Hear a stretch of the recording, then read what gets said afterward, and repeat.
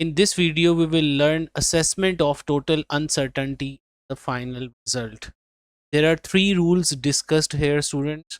Students यहाँ तक हमने ये पढ़ लिया है कि किसी भी एक मेजरमेंट में जो एब्सोल्यूट अनसर्टेनिटी आती है वो उस डिवाइस का लीस्ट काउंट होता है जिस डिवाइस से आपने वो मेजरमेंट ली है।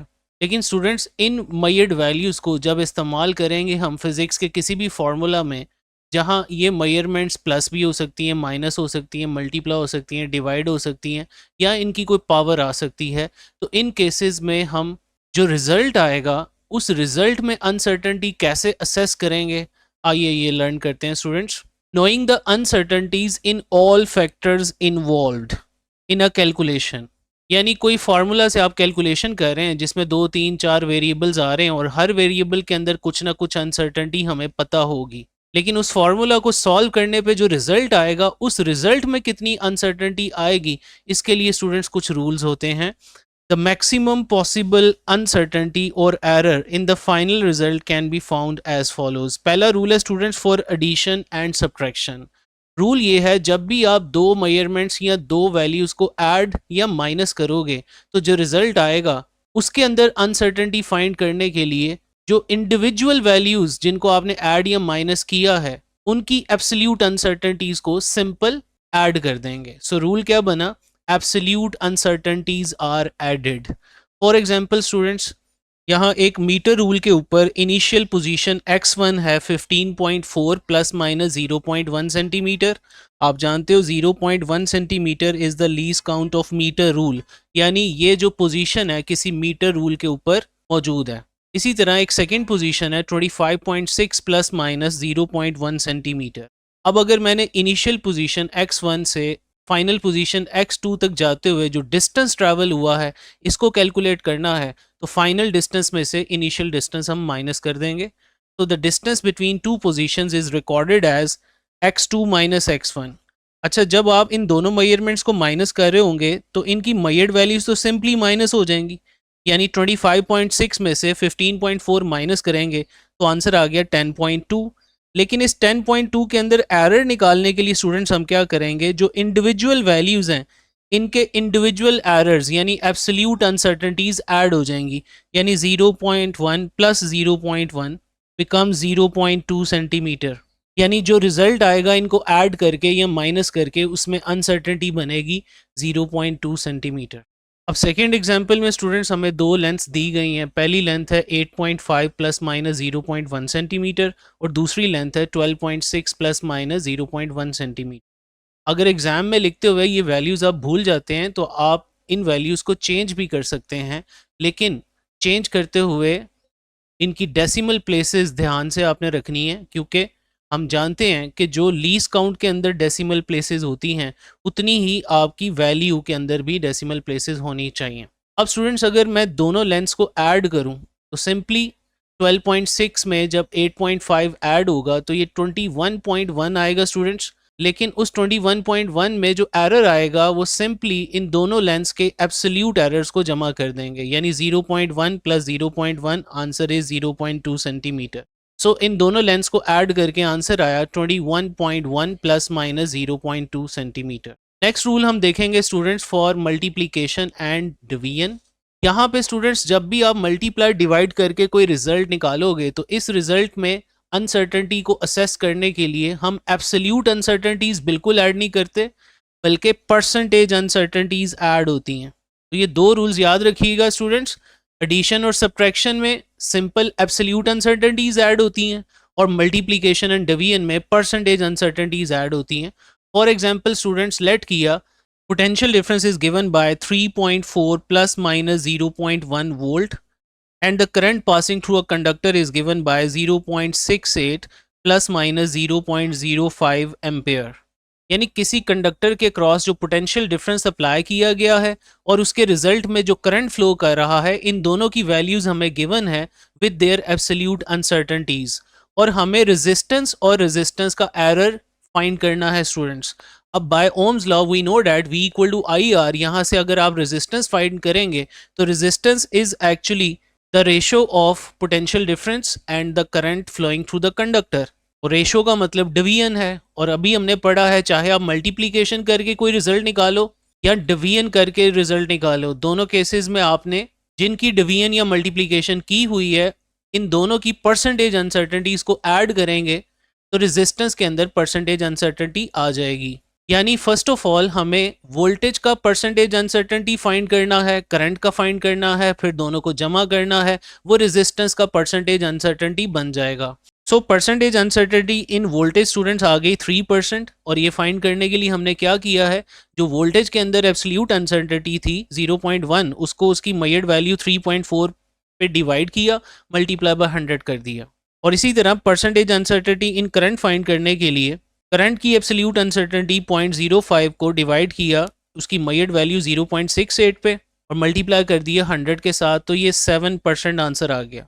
यानी पोटेंशियल डिफरेंस में 3% एरर है और करंट की वैल्यू में 7% एरर है। तो अगर मैं 3% और 7% को ऐड कर दूं तो रेजिस्टेंस का एरर 10% स्टूडेंट्स बनेगा। Hence the total percentage uncertainty in the value of R is 3 plus 7, that is 10%. So अब हम रेजिस्टेंस फाइंड करने के लिए सिंपली इस फार्मूला में वोल्टेज और करंट की वैल्यूज पुट करेंगे। वोल्टेज की जगह 3.4 आ गया और करंट की जगह 0.68 आ गया। आगे हमने लिख दिया प्लस माइनस 10% ओम। अब 3.4 को जब आप 0.68 पे डिवाइड करेंगे तो आंसर आता है 5, आगे आ गया 5 के प्लस माइनस 10%। इसका मतलब रेजिस्टेंस की ये जो 5 वैल्यू आई है इसके अंदर 10% एरर मौजूद है। तो अब हम 5 का 10% निकालेंगे, 5 को 10 से मल्टीप्लाई करेंगे, 100 पे डिवाइड करेंगे, तो आप देख सकते हैं ये बनेगा 1/2 which is actually 0.5।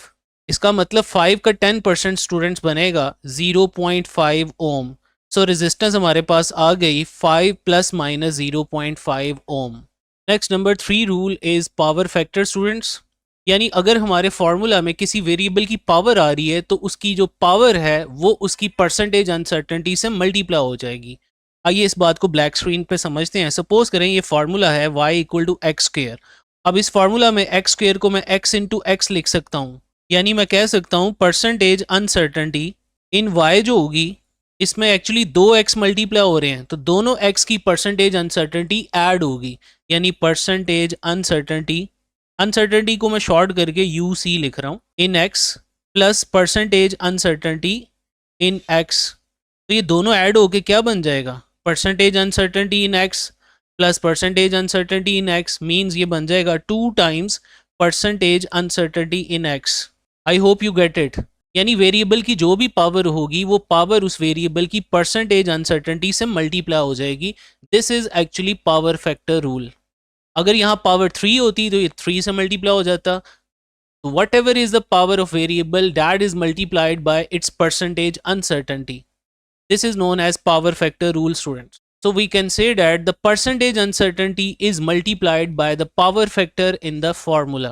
For example students, when the radius r of a cylinder is measured as 1.25 centimeter by vernier caliper with least count 0.01 centimeter, then हम रेडियस की वैल्यू को कुछ इस तरह रिपोर्ट करेंगे स्टूडेंट्स। 1.25 सेंटीमीटर इसकी वैल्यू है और प्लस माइनस 0.01 सेंटीमीटर इसके अंदर एब्सोल्यूट अनसर्टेनिटी पाई जा रही है। अब यहाँ पे सिलेंडर की बात हो रही है, आपको पता है सिलेंडर की शेप इस तरह गोल होती है तो इसका जो क्रॉस सेक्शनल एरिया होता है वो सर्कुलर होता है। This is circular cross sectional area. इस एरिया ए की बात हो रही है जिसका फार्मूला स्टूडेंट्स आप जानते हो पाई आर स्क्वायर होता है। अब चूंकि एरिया के फार्मूला में आर के ऊपर स्क्वायर मौजूद है स्टूडेंट्स, तो इसका मतलब आर के अंदर जितना भी परसेंटेज अनसर्टेनिटी पाया जाएगा उसको 2 से मल्टीप्लाई करेंगे तो एरिया के अंदर परसेंटेज अनसर्टेनिटी आ जाएगी।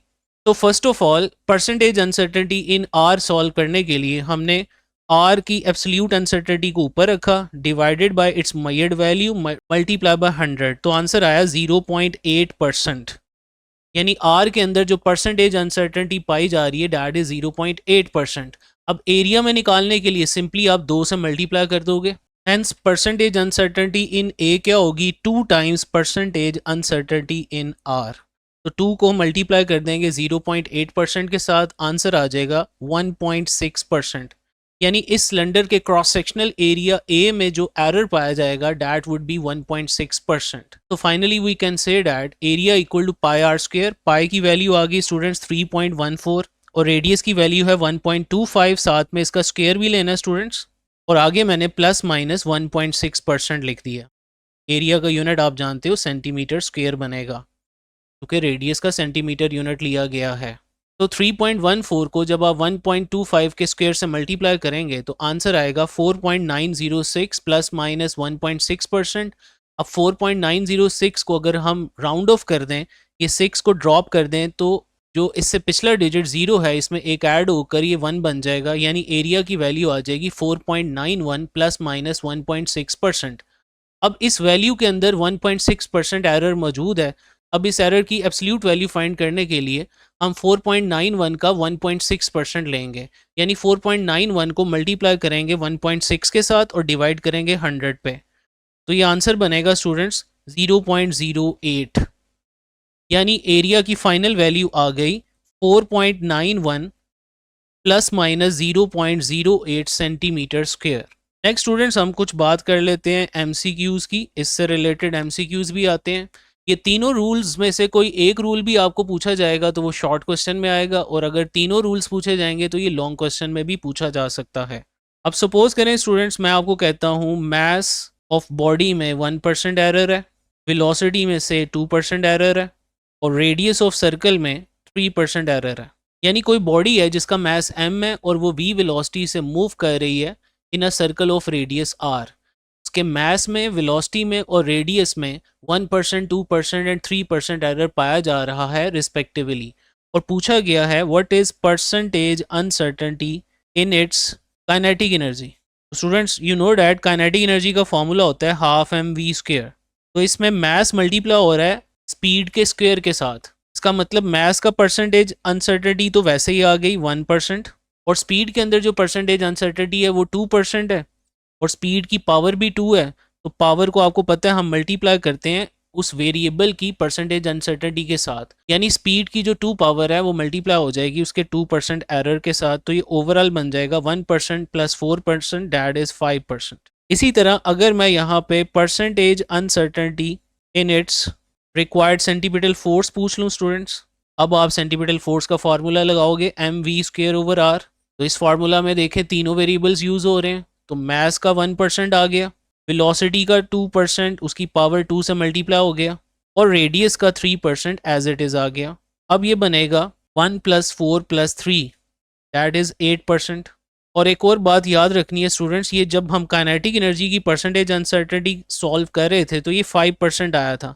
यहाँ कई बच्चे गलती करते हैं, इस 5% को ये 1/2 के साथ मल्टीप्लाई कर देते हैं, यानी 5% का हाफ ले लेते हैं।